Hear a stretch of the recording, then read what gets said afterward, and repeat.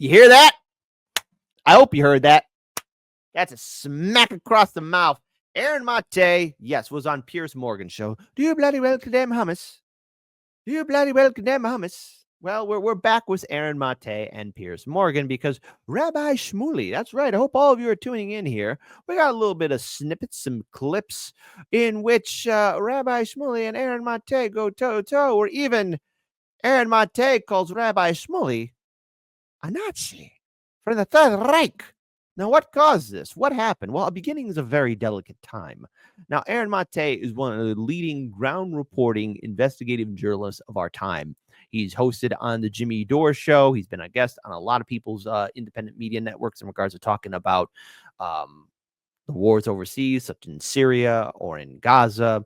He has been a leading authority speaking truth to power. He's done great work with the Gray Zone. Obviously, if you're not following the Gray Zone, please do so. He's a colleague of Max Blumenthal, another award-winning journalist.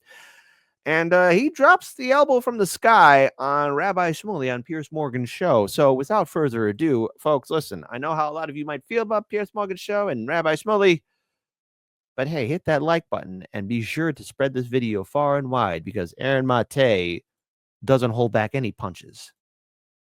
It is quite rich to hear Rabbi Shmuley complain about anybody interrupting. He's pretty much a three-trick pony. He's either interrupting, or he's lying, or he's smearing people. Ad hominem. Are you really going to get into ad hominem this early in the debate? Do you really have to personal? He always has to interrupt, though, doesn't he? Yes. Deal with the facts, please. There's the first Stop trick. The ad That's hominem the interruption attacks. trick. Go ahead. He's demonstrating it. Please don't do the ad hominem, his first trick for you right now. In fact, Piers, frankly, if your audience watching at home were playing a drinking game in which they took a shot every time he either lied or interrupted, half of your audience would be dead before the program is just ad hominem. Do you know facts or not? Do you want to debate fact or do you want to insult me? Are you going to keep interrupting? Are you going to keep complaining about interrupting and then do your own interrupting? Are you just going to demonstrate your hypocrisy to everyone on television? Here we go. Hypocrisy, you liar. We know what you think about Jews. Debate the facts. Forget the evil me and debate the facts. Unbelievable level of hypocrisy. You are demonstrating your hypocrisy right now by continually interrupting. Well, Piers, this is your show. Can you at least tell Rabbi Shmuley to stop interrupting and let the guest, the other person, speak? Because that's, how it's normally done.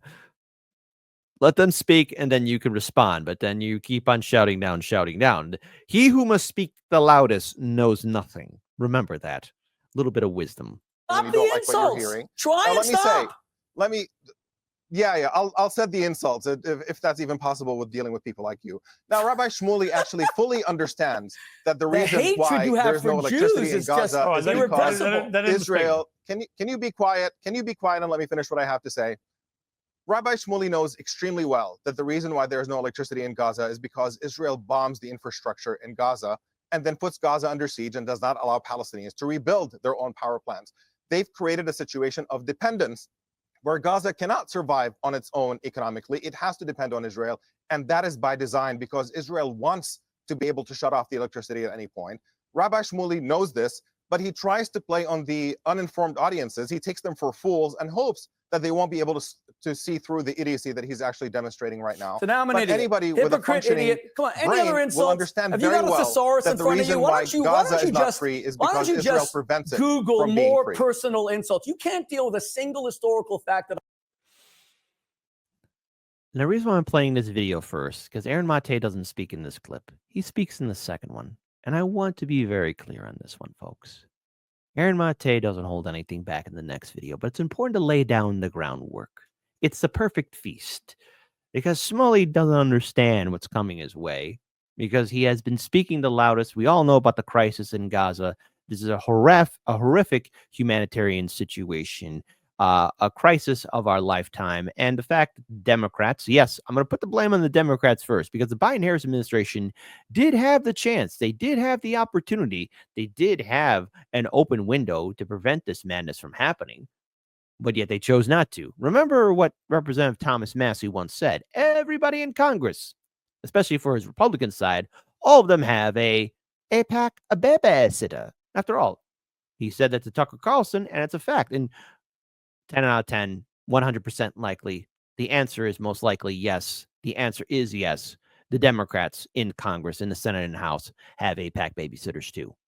And the Biden-Harris administration wasn't going to do anything to lift their fingers, to lift up anything or stop anything to prevent the bombs from falling in Gaza. All of Gaza is a moonscape at this point. Gaza has been reduced to rubble. The inevitable conclusion is a horrific displacement of people. And with the Trump administration in power, I don't think anything's going to fundamentally change. Brilliant job, Democrats. You had about, what, almost a year to try and stop this, but you had a senile old man and an unqualified vice president leading the way, and plus not a single politician in Congress was a backbone. This is why we're here. And now we're seeing this before our own eyes. That I said, so you've called me an idiot, hypocrite, a liar. Let me tell you something. See, this is what we call classic anti-Semitism. You think your narrative is made up of facts? I quoted to you the Peel Commission, the UN, the Olmer deal. You cannot respond to a single one. So what do you have to do? Ad hominem. Deal with me as a person and try to suppress your hatred for Jews. Thank you. Yes, quiet down. Yeah, again, the smear of ad hominem, because the word's been said so much. So I decided to pull it up in the big book of words. Ad hominem. Adjective of an argument or reaction directed against a person rather than the position they are maintaining. Vicious ad hominem attacks. Adverb. Hey, listen. Do not look me in the eye and say you don't learn anything here from Hard Lens Media, okay? The adverb. In a way that is directed against a person rather than the position they are maintaining. These points come from some of our best information sources who realize they'll be attacked ad hominem. Number 2, in a way that relates to or is associated with a particular person. The office was created ad hominem for Fenton. Okay, there you go. Ad hominem, short for argument, argumentum. Ad hominem refers to various types of arguments that are usually fallacious. So there you go. Is ad hominem a form of gaslighting? If limited to the perspective of debate, gaslighting is just a variation of an ad hominem attack, which is easily recognized and not subjective to all. Telling somebody they are wrong is never gaslighting, but suggesting that it can't be right due to some personal flaw often is. See? You get your learn on here for Hard Lens Media sometimes. Anti-Semitism, that's the second trick. Really, if people are taking shots, I mean, try to keep track of how much alcohol they're consuming at this point. So the reason...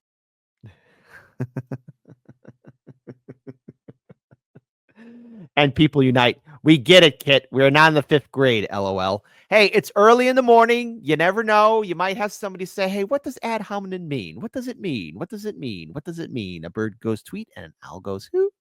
See? But now for the main course. But I got to say, Rabbi Shmuley, you don't speak for me. Accusing people like my friend Omar of anti-Semitism simply because he wants the freedom of his people, it saddens me to see what people like you have done to the Jewish tradition. The suffering of my family, my great-grandparents perished in the Holocaust. They were murdered by the Nazis. And today, I have to tell you, I see you as the modern-day followers of the Nazis, supporting this mass murder campaign in Gaza, putting the people of Gaza in what even Israelis have called a concentration camp. It's the Israeli Jews of today, supported by American Jews, unfortunately, some, that are following in the footsteps of our oppressors. And I hope one day you can connect to your own humanity and the very best of your own tradition, which I believe in, to see just how horrible this modern state, this modern supremacist state, is not only for the Palestinians, but the Jewish people Aaron, as well. you can't seriously be saying that Rabbi Shmuley, one of the most high-profile Jews in the world, is... And Piers Morgan, do you bloody well condemn hummus? Piers, you know, come on, buddy. Listen, you had Bassem Youssef on your show, all right? And I remember that interview that you did, that first one. It was lightning in the bottle. I know why he keeps on doing this stuff, bringing up Gaza and Hamas and the war between Israel and Hamas, war between Iran and Israel. It's because he's trying to catch that lightning in the bottle moment. He got more than 1 million views on that interview alone. I mean, come on. It's all about clicks and the views and everything else in between. That was a very interesting and powerful interview that since then he's been trying to click, copy, paste, and replicate. Is a successor to the Nazis. Is a Nazi. I mean, that's a pretty despicable... I am saying that. That's a pretty despicable thing to say, isn't it? He supports the mass murder of children in a concentration camp. What else am I supposed to may I People respond being to that? put May I under a respond? I think you starvation should siege. respond to that. These are Nazi tactics. Aaron. These are Nazi tactics. Aaron. Notice I have not once offended, used ad hominem attacks against Omar or you. I have decided that I'm going to be factual. No, excuse me. You won't interrupt me. Whoa, buddy, you keep interrupting other people. Come on. Don't you see your own hypocrisy? At least let people finish their point. Let's say that again, buddy. Once offended, used ad hominem attacks against Omar or you. I have decided that I'm going to be factual. No, excuse me. You won't interrupt me. Omar started Omar started calling me a liar. He wouldn't deal with any facts, a hypocrite. He said I'm drunk on lies, etc., etc. That's what we call ad hominem, personal attacks. I've seen it whenever, and I debate everybody because I like Piers, and this is why I love this show. I'm also a free speech absolutist. The person you just called a Nazi. A free speech. I love people who say they're free speech absolutists. Are you truly a free speech absolutist? Let's be clear what it means for free speech. That means listening to everybody, everybody speaking out, everybody hearing their perspectives and points of view, even forms of protest. You know, I played that video clip where Jerry Springer spoke of his time of being a mayor, and when a very extreme right-wing group, the KKK, was protesting in his community that he was mayor of. You know, he asked his dad, like, you know, hey, should I do this? Should I allow these people to speak? And his father said, yes, let them speak. Okay, it's about free speech. And what we're witnessing here from this administration, previous other administrations, is the same thing, the threat to our free speech. Now, I want to hold out for hope that maybe this administration will be different, but with the actions, especially what's happening to one protester, Mahmoud Kali, we will see what happens with that. But I am ever worried about the unstable times we are in when it comes down to free speech. We here at Heartlands Media, and especially my interview that I did yesterday with Lee Camp and Keaton, we are in some uncertain times, in troubled waters when it comes down to free speech, because that jackboot censorship is very real. Spent the past year with his friend Ron Dermer, who was condemned by Adam Boehler because of our close relationship from my years as rabbi at Oxford. He was my student president. And Bobby Kennedy Jr., the new HHS Secretary of Health and Human Services, saving 200 Palestinian children who had cancer. Hamas would not let them go to an Israeli hospital because they would kill their families if Israeli hospitals treated them. Shaare Tzedek or Sheba Medical, all of whom agreed to take them. We had to take them to St. Jude's Hospital in Amman.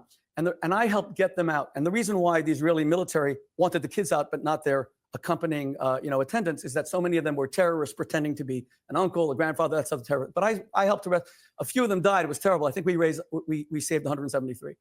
But I want to say something to you, Aaron, if I may, respectfully. I believe what you just said about me as a Jew, comparing me to a Nazi, will live in ignominy, respectfully, on your resume forever and ever and ever. I think you have now permanently undermined any and all semblance, iota, molecule, atom of credibility. Because if you can compare me, if you can, but don't worry, I got some more Coca-Cola Classic for all of you. If you don't think that I, Kit Adrian Cabello, am not going to have a fun show for all of you, we're going to continue to progress forward, because I got something for all of you, since you have behaved yourselves. Because the fight does get very interesting, especially when it gets down to the definition of what is a genocide. Else finish a sentence while complaining about. Well, let's stop the ad hominem. I apologize. Go ahead, please. The Israeli government is credibly accused of committing genocide in a concentration camp in Gaza. If we're talking about sectarian violence, there is no greater sectarian violence than the fact that you have people between Netanyahu talking about the Amalek, between the Israeli soldiers celebrating this genocide on TikTok. You can read endless statements from them. If that's what you're supporting, the massacring of people in a concentration camp, you probably should be the last person to invoke Nazi analogies. So then I am a Nazi, like Aaron when we said. talk about Syria, when we talk about Syria, there's no question that the current government is engaged in unspeakable atrocities against Alawites and other minorities. There's no question that the previous government under Assad was also a brutal and repressive government that is engaged in endless atrocities. But none of this changes the fact that it does not allow Israel to take Syrian territory, because there are atrocities being committed in Syria.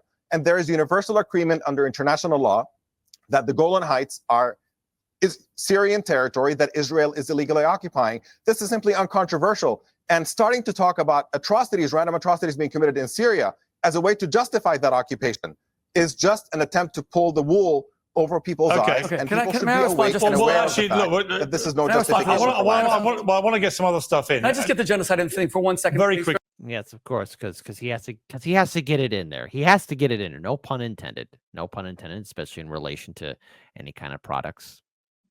Now, Rabbi Shmuley's been very interesting to follow, especially the last election cycle.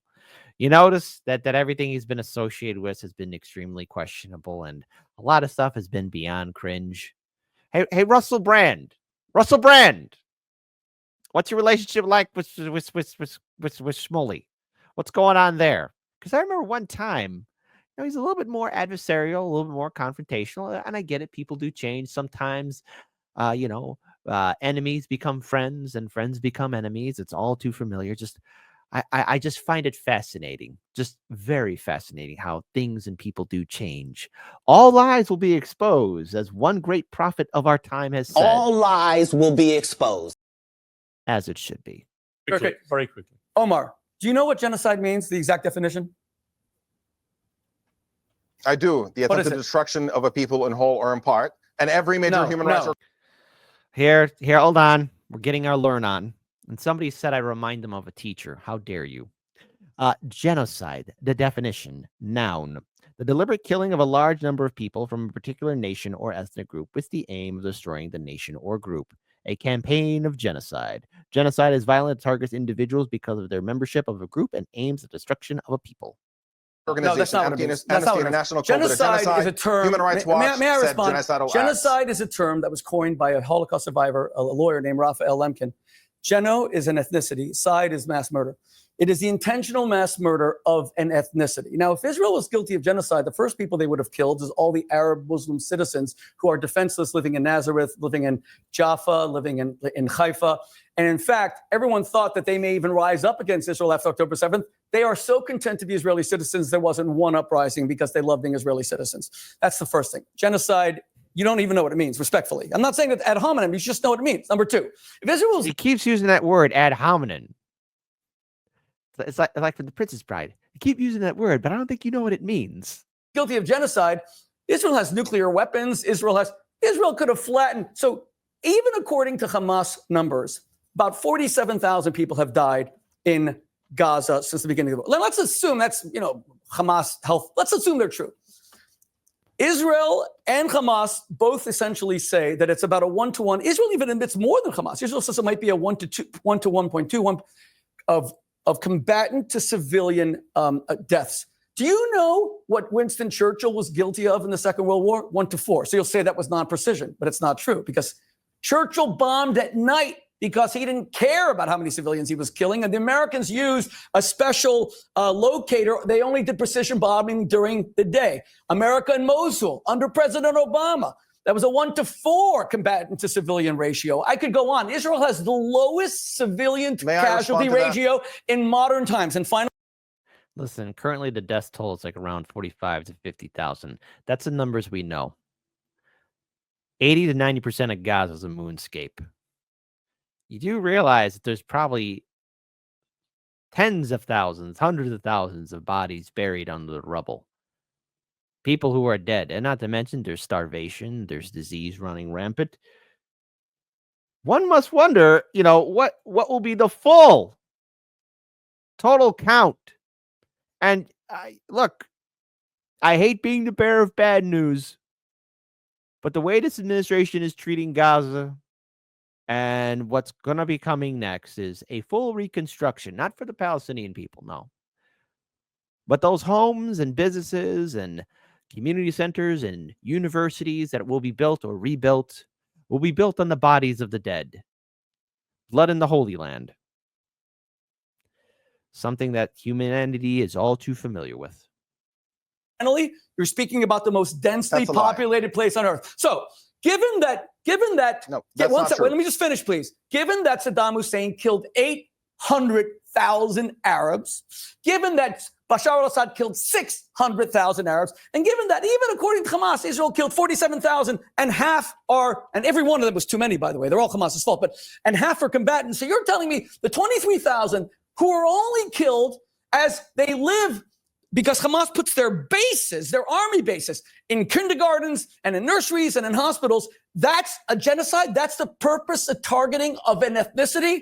Read about Raphael Lemkin. He was a hero. He got the 1948 anti-genocide agreement, to which 183 nations are party to. And by the way, to all my Irish friends who are watching who accuse Israel of genocide, Ireland signed a document that said that if a genocide is going on, they have to accept all those people guilty of it, suffering under it, into Ireland. Do you know that Ireland hasn't taken one Palestinian refugee? You know that Britain hasn't taken, I think, like 100 refugees? If it's a genocide, why aren't you clamoring for all the nations to finally take them in? Because you don't really believe it. Okay, let me go to... Can I?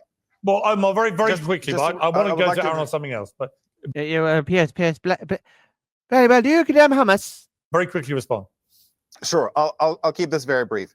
First of all, the rate of the killing of civilians in Gaza is unprecedented. Yes, there are other civil wars throughout the Arab world in which more people cumulatively were killed over a period of many years, but the rate of killing Palestinian children, especially in the opening months after October 7th, they were killing 136 children per day. That is a number that is unprecedented, now leading into the tens of thousands of Palestinian children. So we are seeing a rate of killing and destruction that is actually unprecedented. And it is demonstrated not just when and we your talk source about, for 136 a day, Churchill your bombed source, people at please? night. Stop interrupting, Shmuley. Was it cause a disruption in the timeline for you not to interrupt? Omar, You your have source, please? A program. What's your source, Yes, please? I'm happy to provide them all. No, you should be able to say it on TV. Come on, don't tell me you're going to use, chat GPT. Yes, don't chat. I want to pause here for a second here. This is from Common Dreams. Britt Wilkins wrote this. Israeli cabinet minister. Only solution for the Gaza Strip is to empty it of Gazans. I swear I heard this before. I don't know where, but okay. So the Israeli Environmental Protection Minister Tuesday argued for ethnically cleansing the Gaza Strip of its Palestinian population so that the Jewish people can inherit the land, making them believe that their deity promised them in biblical times. So here's what the Environmental Protection Minister from Israel said. The only solution for the Gaza Strip is to empty it of Gazans. God has sent the U.S. administration, and it is clearly telling us it's time to inherit the land. What? Say it with me. What could possibly go wrong? Oh, my goodness. What crazy, insane times we live in. Last month, Republican U.S. President Donald Trump proposed that the U.S. take over Gaza, remove its approximately 2.1 million Palestinian inhabitants, and transform the coastal enclave into the Riviera of the Middle East. We already have that. It's called Dubai, and Dubai is not a heavenly place. It is a nightmare. I've heard my fair share of stories about it, okay? But anyways, that's a story for another day. How about that? The Israeli finance minister said on Sunday the so-called Trump plan is currently taking place. So Trump Gaza, go to a wonderful 5-star resort as it's built on the bodies of the dead. Now, while proponents of the plan insist that Palestinians will leave Gaza voluntarily, critics counter that this notion is utterly divorced from reality, as most Gazans are descendants of the people who fled or were ethnically cleansed from other parts of Palestine during the establishment of the modern state of Israel in 1948 and are loath to be subjected to yet another expulsion. Many elderly Gazans are survivors of what Palestinians call the Nakba, or catastrophe of 1948.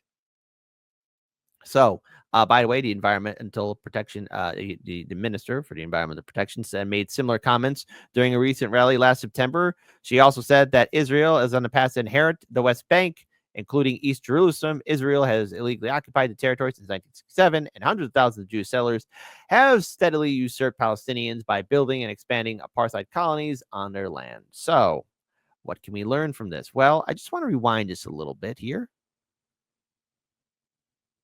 and make it very clear. Make it very clear here. Just want to pull this video back up for everyone to see this.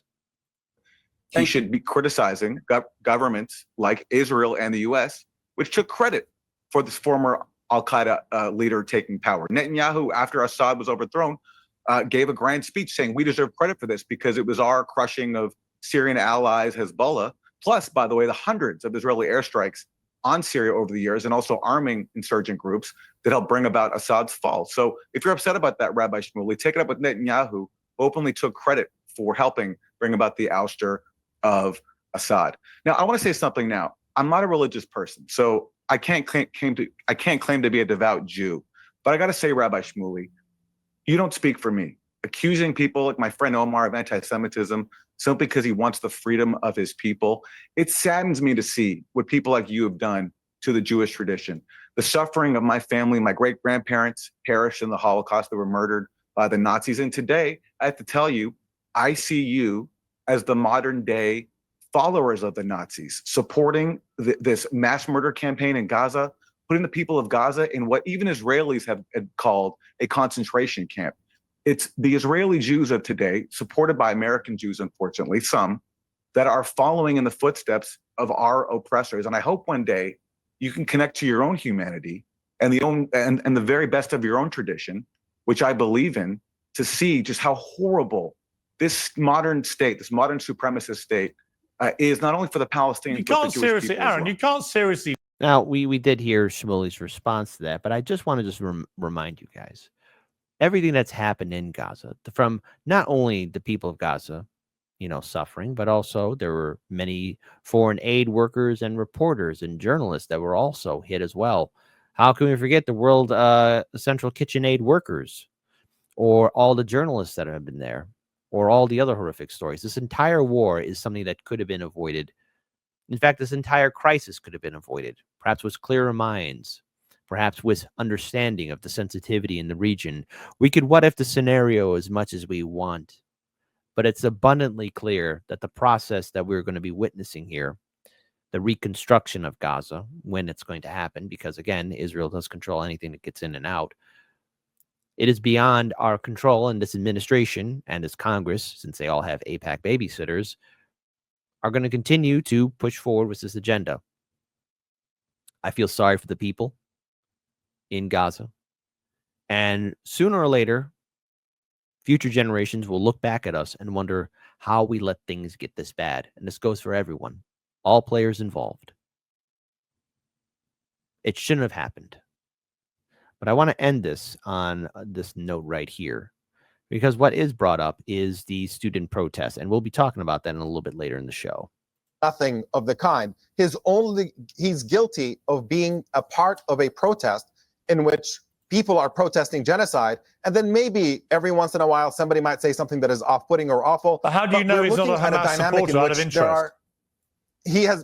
Nobody has made any allegations or presented any evidence that he has said or done anything. You just said Marco Rubio did. You just said the Secretary of State of the United States did. Yes, without any evidence. Without any evidence is what I'm saying. There's no evidence against him. But they are building. Everybody who knows him knows. But actually, that is Rabbi Shmuley. I have to finish this thought. Well, that is an important point of distinction. I mean, if he's going to be deported for supporting Hamas, you do surely have to present evidence that he has supported Hamas. I don't think leading a protest group where most of them behaved peacefully and were not brazenly supporting Hamas would be enough, in my eyes, to justify what would then be surely an infringement of his First Amendment rights. I want America to be America to be a nation of laws. I want Muslim. Yes, but we got to be careful on how we're trying to suppress speech, because there's a danger, okay? Now, look, there's a whole process to play out here, because we're walking into dangerous grounds when it comes down to deporting people or how they enact their First Amendment right. Now, look, there's people who I disagree with, and there are vile hate groups out there and extremist groups that have done horrible things that I don't like. But I believe in the First Amendment. Everyone has a right to speak, okay? Everyone. Everyone does. And are there things that you should not say? Oh, yeah, absolutely, absolutely. But everyone has their First Amendment right to protest, to hold a rally, to speak out. And that goes for the left and the right. But we are flying into dangerous grounds with what could happen to this person who could get deported. And I'm very fearful. And perhaps I've been told by others that I am overreacting. And it's true. Maybe so. I will accept that flaw. It's just for somebody who's been in the trenches of censorship and suppression and demonetization and termination and shadow banning. The hairs in the back of my neck are sticking up, and I'm wondering, when am I getting the knock at the door? Political police. Americans, they're of course as American as George Washington and Abraham Lincoln. The word American is infinitely. But you accept he'd have to have shown support for Hamas. But he's not an American. That's the point. So he can be deported. His wife's American, and I hate to see them torn apart. But he made his choice. But if the reason given by the Secretary of State Marco Rubio is that he supported Hamas, it is surely in the interest of justice and fairness that there is some evidence shown to the American people that he actually did support Hamas. There will be due process. And of course, the administration and ICE will have to provide evidence. That's the United States of America. But I will say that to say that these were peaceful protests, I think, just one moment, please. I think one of the reasons that Trump won the election, including shocking the world by winning the popular vote, was because of these demonstrations. They were anything but peaceful. People saw. No, the reason why Trump won the election is because of the failure of the Biden-Harris administration, their policies, economic instability, wars, their hypocrisy, breaking apart their coalition. And yes, even Arab and Muslim voters voted for Trump because of how the Democrats gave the middle finger, or either that they voted third party and independent. Black voters, Latino voters, white voters, men, women of all generations either chose to vote independent, not vote, or vote for Trump. Why?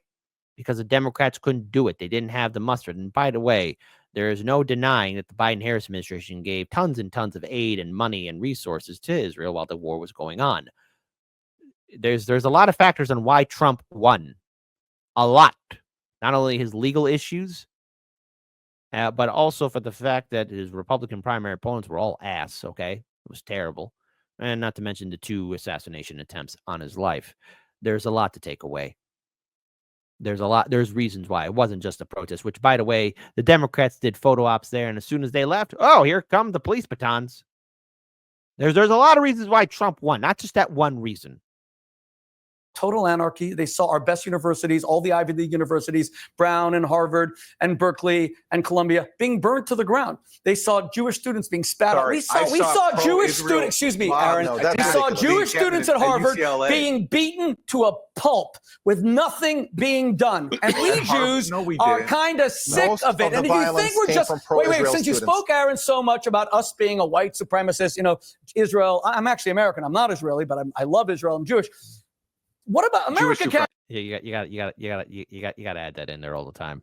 America can't be a supremacist state either, where Jews are second-class citizens. Students who work hard to get into Harvard do not deserve to be beaten up because they wear a kippah. And I've been to these protests, and they were disgusting. And I want to tell you how many times that my life has been threatened. I told you my life was threatened at the Fontainebleau, Miami Beach. My life was threatened in Times Square. My wife was almost punched out by a Mohammed hijab supporter outside Carnegie. I like how Piers Morgan's like, all right, Shmuley, you're going a little bit off of kilter here. Here's the thing. We can all agree that violence is unacceptable at any protest. But we should also all agree that the fundamental bedrock of a society, a democracy like America, is the free right to protest. Peacefully. Right? So the question then becomes, as Omar has said, whether this character, who was clearly leading the student protest, but was he directly endorsing or supporting Hamas? And I do think it's reasonable to ask that question. That does the government have evidence that he was actually supporting Hamas? Fair question. To me, if it does, it should present it. And then that, to me, would be absolutely fair grounds for deportation. I have evidence. But if there's no evidence, Gentlemen, one at a time. If no evidence is produced, it does look like people will then say, well, where's the evidence? Well, Piers, and that doesn't work. Piers, what if he didn't support Hamas? I have evidence I don't know. Let Aaron Israel. Aaron, sorry? I have evidence that Rabbi Shmuley is supporting the terror state of Israel. Does that mean he should lose his rights? No, he has rights. So you have evidence? I want you to provide it. Go ahead. Yes. Go ahead. Well, Israel is not a No, wait. You just said, Aaron, I'm giving you a chance. Well, no, I can answer that question because Israel is not a prescribed terror group in the United States. So the analogy doesn't apply. No, but you might want it to, Aaron. Saying... Aaron might want it to, but the reality is that one is a terror group prescribed in America and one isn't. So until that changes the law, is that if you were to endorse Hamas violence, that would be a crime. Yes, finally, Omar. We got to. I still think it's free speech, actually. Yeah, just last word. The smear against this one student is built on the other smear, which is that these protests are somehow anti-Semitic, when many of these protests are led by progressive Jewish voices. Jewish but there was anti-Semitism amongst the protesters too. I saw it. You have to be kidding. Jewish students were beaten up, sat on. Some of those protests were. It's an interesting double standard. It's a headache all around. But just letting all of you know of the madness that is hitting our times. You know, especially when you have again elected officials in Israel saying Israeli cabinet minister, the only solution for the Gaza Strip is to empty it of Gazans. You know, just so all of you could see it right there. It is madness and insanity all around, and that's what we are witnessing in our times. So Aaron Mate and his colleague as well on Piers Morgan's show. Of course, Piers Morgan's show is designed for people to get angry and fighting each other and yelling at each other, but that's what we have here. That's what we're witnessing, and it's depressing all around, but nonetheless, we must progress forward. It's a sad state of affairs what's happening in Gaza. No politician is going to stick out their neck. A lot of the protest groups and organizations that were hoping the Democrats would listen, Democrats did not listen. And right now we could still speak, but eventually future generations will look at us and say, how did we let things get this bad? Why did this happen? It's all about money and politics. It's all about power. It's all about corruption. None of this should have happened. Yet here we are. Let's explain it to the dead.